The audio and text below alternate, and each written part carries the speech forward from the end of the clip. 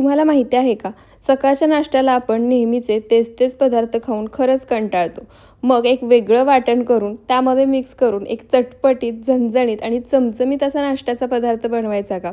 Recipe एकदम सोपी आहे, मोजक्या साहित्यात बनवून तयार होते, खायला सुद्धा भन्नाट लागते. आणि विशेष म्हणजे याच्यासोबत तुम्हाला चटणी किंवा एखादी भाजी नसेल ना तरीसुद्धा चालेल. आपण जे एक सिक्रेट वाटण यामध्ये घालणार आहोत ना, त्यामुळे हा पदार्थ असाच खायलासुद्धा अप्रतिम लागतो. मी या ठिकाणी हिरवी चटणी आणि चिंचगुळाची चटणी मिक्स करून एक चटणी तयार केली होती. त्यासोबत हा पदार्थ सर्व्ह केला होता. जर त्या चटणीची रेसिपी तुम्हाला हवी असेल तर कमेंटमध्ये सांगा. त्यासोबतच रेसिपी व्हिडिओ तुम्हाला थोडासा जरी आवडला तर व्हिडिओला जास्तीत जास्त शेअर करा, एक लाईक करा आणि चॅनलला सबस्क्राईब करायला विसरू नका. आता पटकन रेसिपीला सुरुवात करूया. त्यासाठी इथे मी एक बाउल घेतला आहे. आता यामध्ये इथे मी 1 वाटी रवा घेतला आहे, तो काढायचा. रवा बारीक मोठा कोणताही चालेल. त्यानंतर ज्या वाटीने मोजून रवा घेतला आहे त्याच वाटीने मोजून अर्धी वाटी यामध्ये दही घालायचं. दही घेताना लक्षात ठेवा, दही जास्त आंबट नसायला हवं, नॉर्मल आंबट असणारं दही या ठिकाणी वापरायचं आहे. त्यानंतर यामध्ये ज्या वाटीने मोजून आपण रवा आणि दही घेतलं होतं त्याच वाटीने मोजून इथे मी 1 वाटी पाणी घेतलं आहे, ते घालायचं. तर इथे पहा, सुरुवातीपासून आत्तापर्यंत सर्व साहित्य आपण एकाच वाटीने मोजून घेतलं आहे आणि हे प्रमाण एकदम परफेक्ट आहे. आता हे सर्व साहित्य आपल्याला छान एकसारखं मिक्स करायचं आहे. यामध्ये रव्याच्या किंवा दह्याच्या ज्या कुटऱ्या होतील ना त्या मोडून घ्यायच्या. छान क्रीमी आणि सिल्की याचं टेक्स्चर व्हायला. तर इथे पहा, सर्व साहित्य मी छान एकसारखं मिक्स करून घेतलं आहे. तयार मिश्रणाचं तुम्ही टेक्स्चरसुद्धा पाहू शकता, अजिबात यामध्ये गुठळ्या नाही आहेत. आता काय करायचं, यावर झाकण ठेवायचं आणि एक 15 ते 20 मिनटं हे भिजण्यासाठी बाजूला ठेवायचं, म्हणजे रवासुद्धा छान फुलेल. आता हे बॅटर भिजते तोपर्यंत आपण एक सिक्रेट आणि खास वाटण तयार करून घेऊया. त्यासाठी इथे मी मिक्सरचं भांडं घेतलं आहे. आता यामध्ये इथे मी एक मध्यम आकाराचा टोमॅटो चौकोनी तुकड्यांमध्ये चिरून घेतला आहे. चिरून घेतलेला टोमॅटो मिक्सरच्या भांड्यामध्ये काढायचा. त्याचप्रमाणे 4 हिरव्या मिरच्या घेतल्या आहेत.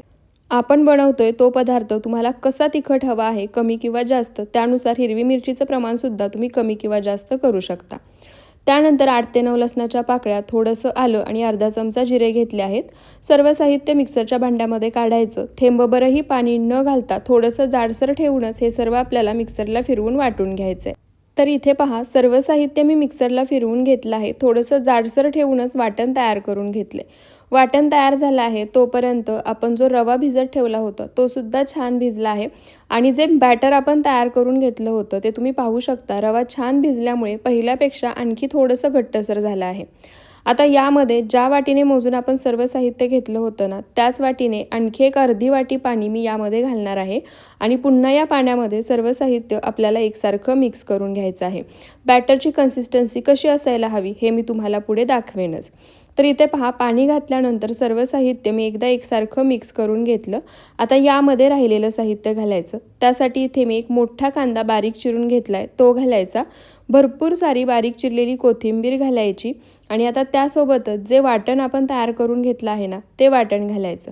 या वाटणामुळे या पदार्थाची चव खरंच अप्रतिम लागते. छान खमंग कुरकुरीत असा हा नाश्ता तर तयार होतोच, पण खाताना छान चटपटीतही लागतो. त्यामुळे चटणीची किंवा केचपची अजिबात गरज पडत नाही. त्यानंतर यामध्ये चवीनुसार मीठ घालायचं आणि आणखी एक अर्धी वाटी पाणी मिक्सरच्या भांड्यामध्ये मी घेतलं होतं, म्हणजे जे मिक्सरच्या भांड्याला वाटण लागलं आहे ना ते वाया जाणार नाही. आणखी एक अर्धी वाटी पाणी यामध्ये घालायचं आणि आता पुन्हा हे सर्व साहित्य आपल्याला एकसारखं मिक्स करून घ्यायचं आहे. तर सुरुवातीपासून आत्तापर्यंत आपण बरोबर 2 वाटी पाण्याचा वापर केला आहे. आणि इथे तुम्ही टेक्स्चर पाहू शकता, या टेक्स्चरमध्ये हे बॅटर तुम्हाला तयार करून घ्यायचं आहे. परफेक्ट असं बॅटर तयार झालं आहे. आता आपण लगेच आपल्या आवडीचा नाश्त्याचा पदार्थ बनवू. त्यासाठी मी गॅसवर आधीच तवा गरम करायला ठेवला होता. तवा छान कडकडीत गरम करून घ्यायचा. त्यावर थोडंसं पाणी शिपडायचं, रुमालाने पुसून घ्यायचं. त्यानंतर तव्याला थोडंसं तेल लावून घ्यायचं आणि हे तेलसुद्धा आपल्याला रुमालाने पूर्णपणे पुसून घ्यायचं आहे. अशा पद्धतीने तवा ग्रीस करून घेतला की तुम्ही यावर डोसा, उत्तप्पा, आंबोळी जे काही बनवाल ना ते तव्याला अजिबात चिटकत नाही, अगदी छान व्यवस्थित बनतं. तर इथे मी तवा ग्रीस करून घेतला आहे. आता गॅसचा फ्लेम पूर्णपणे लो करायचा आणि जे बॅटर आपण तयार करून घेतलं आहे ना ते 2 पळी बॅटर यावर सोडायचं आणि हलक्या हाताने पसरवून घ्यायचं. तुम्हाला जेवढ्या आकारामध्ये हे स्पंज मिनी डोसे बनवायचे असतील ना तेवढ्या आकारामध्येच हे बॅटर पसरवून घ्यायचे. आणि विशेष म्हणजे आपण यामध्ये इनो, सोडा काहीही वापरत नाही आहे. त्यानंतर वरच्या बाजूने हे मिश्रण थोडंसं सुकलं की गॅसचा फ्लेम मीडियम करायचा, बाजूने आणि वरून थोडंसं तेल सोडायचं. तेलाऐवजी तुम्ही तुपाचा वापरसुद्धा करू शकता आणि पुन्हा 1 ते 2 मिनटं मीडियम टू लो फ्लेमवर खालच्या बाजूने हा मिनी स्पंज डोसा भाजून घ्यायचा. त्यानंतर पलटी करायचा आणि दुसऱ्या बाजूने सुद्धा छान खमंग खरपूस मीडियम टू लो फ्लेमवरतीच हा स्पंज डोसा आपल्याला भाजून घ्यायचा आहे. तर इथे पहा, दुसऱ्या बाजूने सुद्धा हा स्पंज डोसा मी छान असा भाजून घेतला आहे. पलटी करून घेऊया. तुम्ही पाहू शकता रंगसुद्धा सुंदर आला आहे. दिसायला जितका सुंदर दिसतोय, चवीलाही त्याहीपेक्षा अप्रतिम झालेला.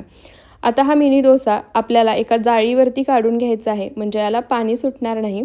आता सेम याच पद्धतीने आपण राहिलेले स्पंज मिनी डोसेसुद्धा बनवून घेऊया.